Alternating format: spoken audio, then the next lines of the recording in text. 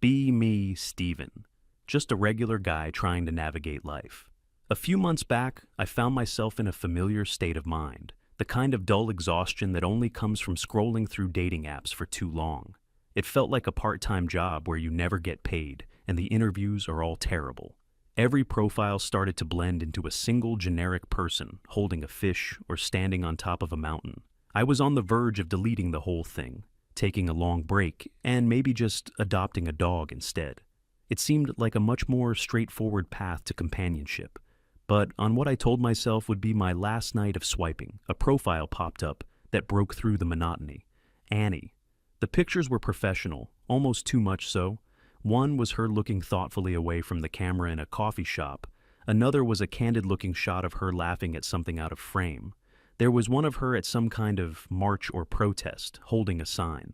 The sign itself was cleverly obscured, so you couldn't quite read the slogan, but the energy was clear. It was the bio that really made me pause. It wasn't a list of hobbies or a funny quote. It was more like a list of non-negotiable terms and conditions. Socially conscious, politically aware, emotionally intelligent. Seeking a partner for radical growth and dismantling systemic structures. It ended with the line that should have been my cue to immediately swipe left. Don't waste my time if you're not ready to challenge your privilege. My thumb hovered over the screen. Every logical part of my brain was screaming at me to close the app. This had bad date story written all over it. But another part of me, the part that was tired and a little too optimistic, had a different thought. Maybe she was just passionate.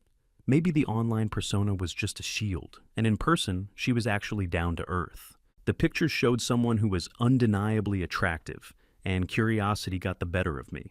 I figured, what's the worst that can happen? I get a lecture, I pay for a drink, and I go home with a story. I swiped right. It was an instant match.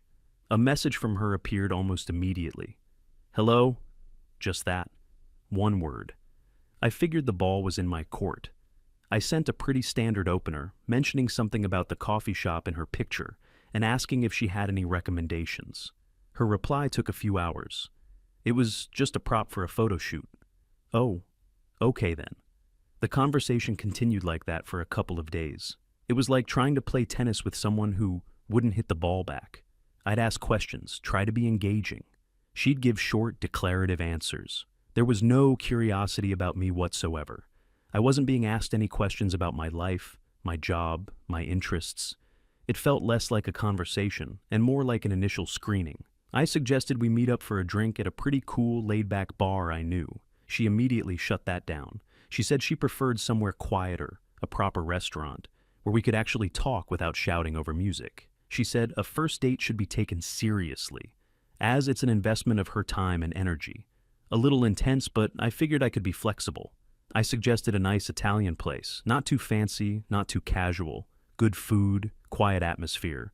She agreed, but changed the day I proposed to one that was better for her schedule. Fine, no problem. So, we set the time and place. A Thursday evening, around 7:30. I made sure to get there about 10 minutes early. I've always thought being on time is a basic sign of respect. The restaurant was nice, just as I remembered. Low lighting, the smell of garlic and fresh bread in the air. I got a table and sat down, feeling reasonably optimistic. 7:30 came and went. I checked my phone, no messages. 7:40. I started to get that familiar, sinking feeling. The I'm about to get stood up feeling. I told myself I'd wait until 7:45 and then I'd just order dinner for myself. At 7:46, she walked in. She didn't hurry. She strolled in with an air of complete confidence, like she was the one who had been waiting. She scanned the room, spotted me, and walked over. There was no apology for being late. She sat down, placed her purse on the empty chair, and sighed dramatically. The traffic was an absolute nightmare, she announced. It wasn't an explanation, it was an accusation. It's just another example of how this city's infrastructure was designed by men, for men, with no consideration for how people actually live and commute. I was a bit taken aback.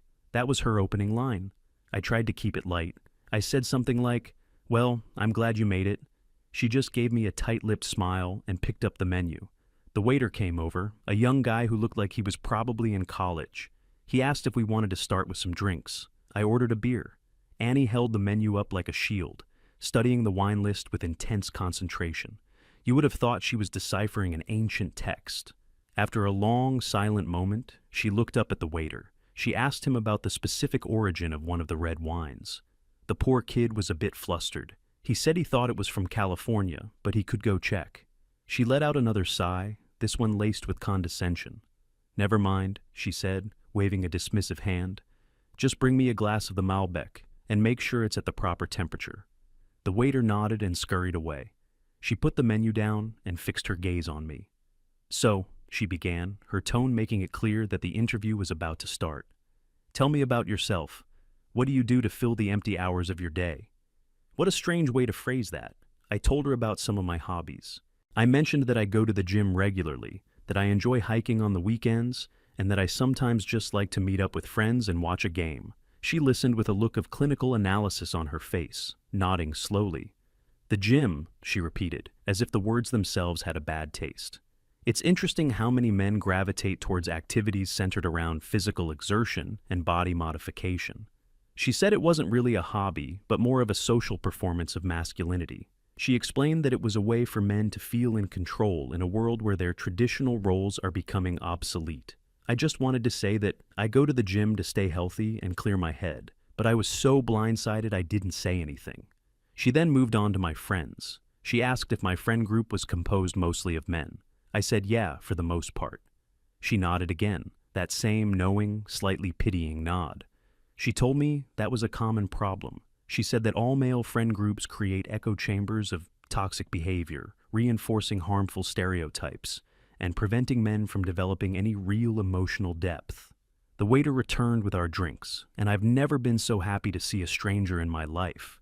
He placed my beer in front of me and then presented her glass of wine. She picked it up, didn't even look at him, and swirled the contents in the glass. She took a tiny, delicate sip. Her face immediately contorted into a mask of displeasure. She looked up at the waiter, who was still standing there, and said, "This is not the proper temperature." He looked confused. "I'm sorry, ma'am. Is it too warm?" "It's tepid," she declared. "Red wine is meant to be served slightly below room temperature, not at the temperature of a heated swimming pool." The kid was clearly trying his best. "I can bring you a small bucket of ice if you'd like," he offered. Annie looked at him as if he had just suggested pouring ketchup on it. "No," she said sharply. "I am not going to put ice in my wine. That's barbaric. I want you to take this back, open a new bottle, and make sure that bottle has been properly stored. Bring me a new glass from that bottle." I just stared at my beer, feeling a wave of secondhand embarrassment. The kid, to his credit, just said, "Yes, ma'am," and took the glass away without another word. Annie watched him go, then turned back to me with a look of grim satisfaction. "You see, if you don't advocate for yourself, people will walk all over you. You have to demand the standard of treatment you deserve." She seemed to expect me to agree with her, to congratulate her on her little victory. I just took a long drink of my beer and said nothing. The silence hung in the air for a moment. She decided to break it by moving on to her next line of questioning. "What about your work?" she asked. I gave her a vague description of my field, not wanting to give her any more ammunition. I said it was technical and project-based. She latched onto that immediately. She asked if my workplace was diverse. She asked about the ratio of men to women in leadership positions. She wanted to know if the company had robust sensitivity training programs.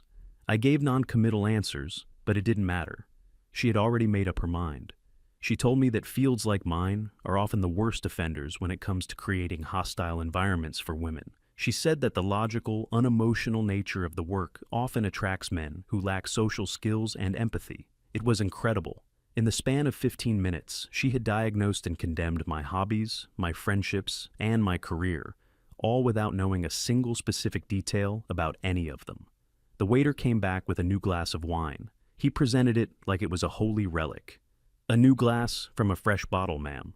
She took it, sipped it, and gave a single curt nod. He seemed to breathe a sigh of relief, and quickly left to take another table's order.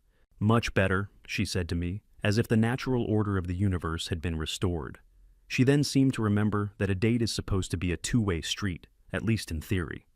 "So, is there anything you'd like to ask me?" she offered, her tone suggesting it was a rare privilege. I was so mentally exhausted at this point that my mind was a blank. I grasped for the most neutral topic I could think of. "Seen any good movies lately?" I asked. She actually scoffed, a small, sharp, derisive sound. "I don't really watch movies," she said, making air quotes with her fingers. "The vast majority of mainstream cinema is just propaganda for the capitalist patriarchy. It's designed to numb the masses and reinforce the status quo." She said she preferred to consume media that was challenging and subversive. She started talking about some obscure documentary she had watched, a film that deconstructed the problematic nature of something I'd never even heard of. I just nodded along, my mind starting to drift. I was looking around the restaurant, at the other couples. They were laughing, talking, sharing plates of food. They looked like they were on actual dates. I felt a pang of jealousy. I was trapped in a lecture I hadn't signed up for. The waiter returned to take our food order. I quickly chose a steak. Simple, easy. Annie, of course, turned the ordering process into a full-scale negotiation. She had questions about every ingredient in the dish she was considering. Was the salmon wild-caught or farm-raised? Were the vegetables locally sourced and organic? Was the dressing on the side made with extra virgin olive oil? The waiter answered every question patiently. She finally decided on the most expensive fish dish on the menu, but with a list of substitutions and modifications. "And I'll have the dressing on the side, a very small amount." The waiter scribbled it all down and left, looking like he needed a stiff drink. Once he was gone, she turned her attention back to me. Her eyes scanned my simple, boring plate choice. "Steak," she said, shaking her head slowly. "Of course." I knew what was coming. She launched into a monologue about the symbolic link between red meat consumption and aggressive male behavior. She talked about the environmental impact of the cattle industry, the ethics of factory farming, and how my food choice was a direct contribution to multiple global crises. By the time our food arrived, I had lost most of my appetite.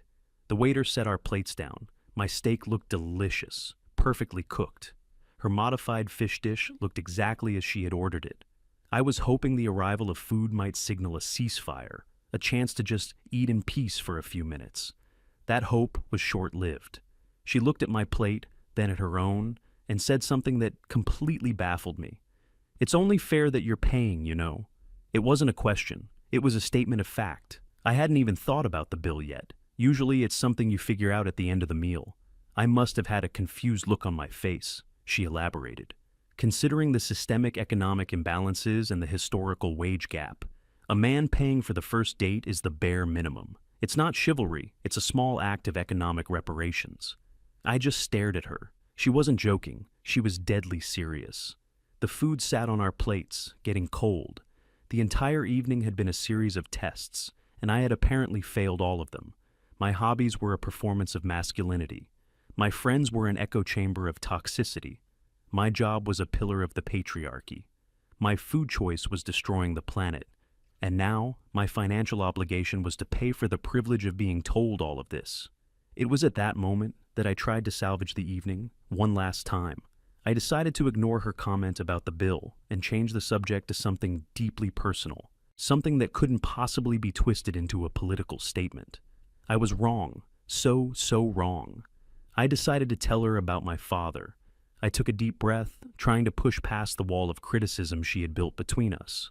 I thought that maybe, just maybe, if I shared something genuine, something from the heart, it might break through her ideological armor. "You know," I started, cutting into my steak. "Speaking of things men do, it reminds me of something." She raised a perfectly sculpted eyebrow, her fork hovering over her fish. "Go on." I started telling her about my dad. He's an old-school kind of guy, not a man of many words. He shows his love through actions, not speeches. For my entire life, that's how we've communicated. A few weeks ago, I went over to my parents' house for the weekend. In the garage, sitting under a dusty tarp, was the old car he'd had since before I was born. It was a classic, a real piece of work, but it hadn't run in at least a decade. It was his pride and joy back in the day. He used to take me for drives in it when I was a little kid. On that Saturday morning, he pulled the tarp off and just stood there, looking at it. He told me he was thinking of finally getting it running again.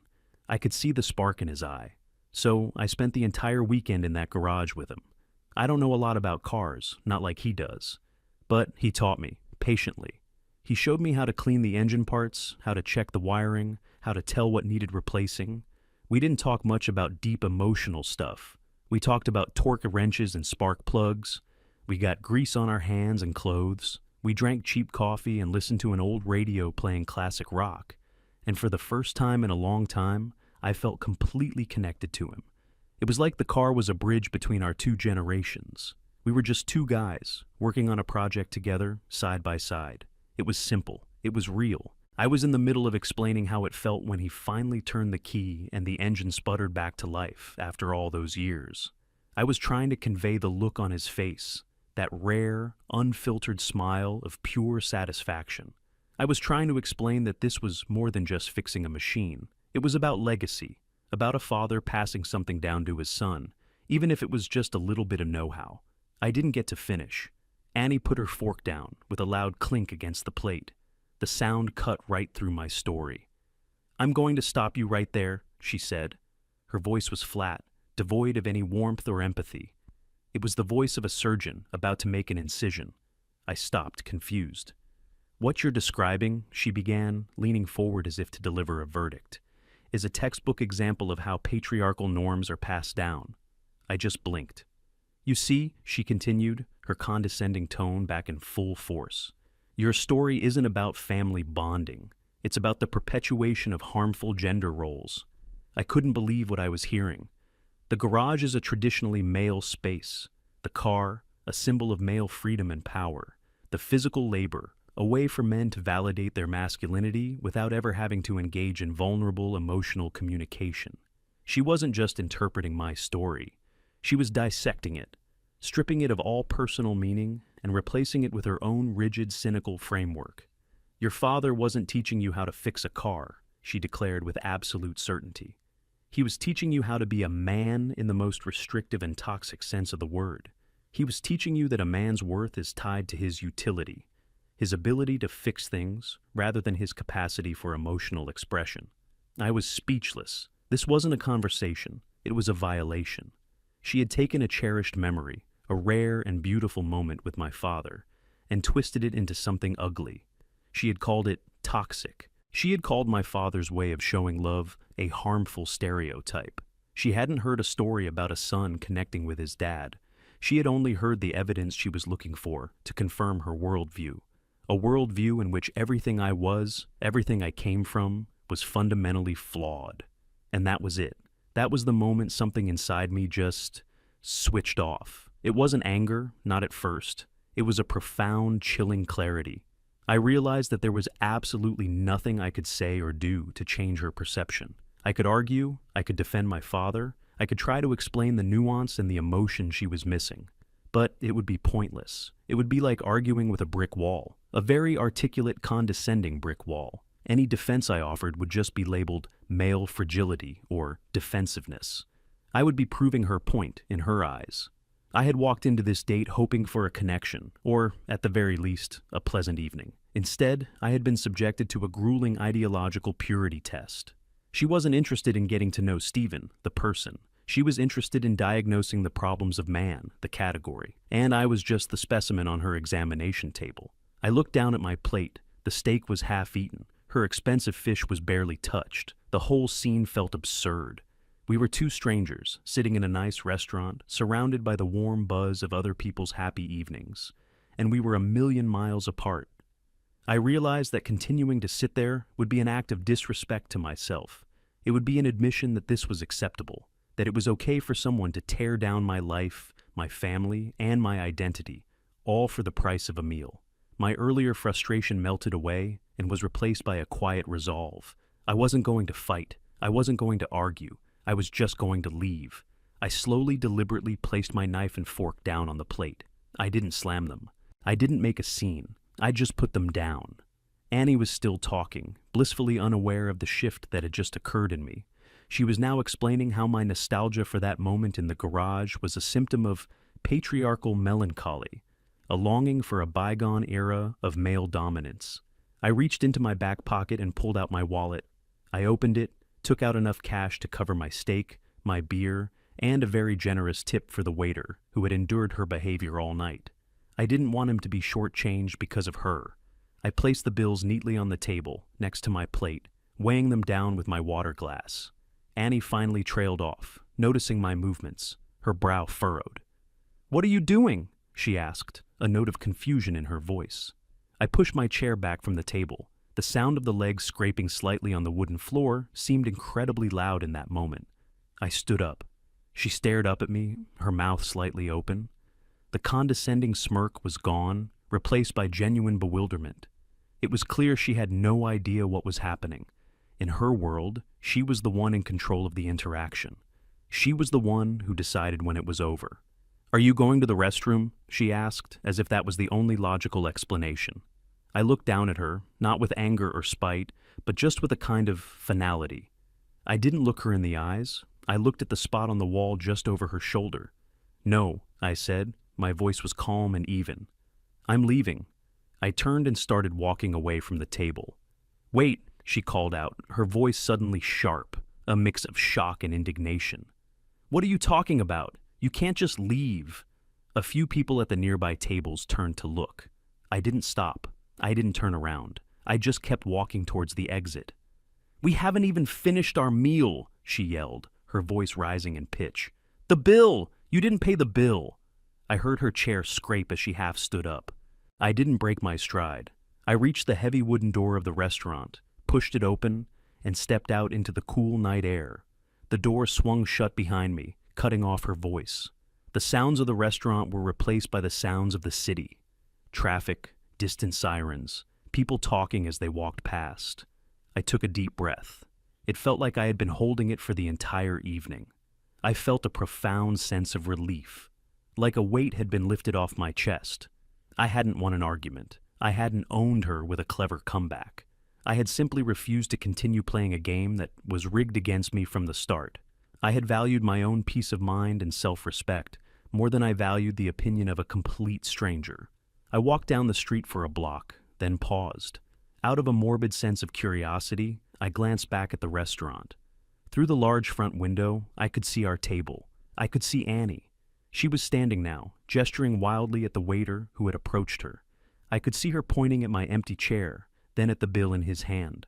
Her face was a mask of pure, unadulterated fury. The calm, intellectually superior facade had completely crumbled. She was no longer a calm social critic deconstructing the patriarchy. She was just a woman, left alone at a table with a bill she had fully expected someone else to pay. The waiter seemed to be pointing at the cash I had left on the table. He was probably explaining that I had paid for my share. Her frantic gesturing stopped. She seemed to shrink a little. She slowly sat back down in her chair. The other diners were now openly staring at her. She, who had spent the entire evening judging everyone and everything around her, was now the object of judgment herself. The public humiliation she had tried to subtly inflict on me all night had boomeranged back onto her in the most direct way possible. I couldn't hear what was happening, but I could see the final act play out.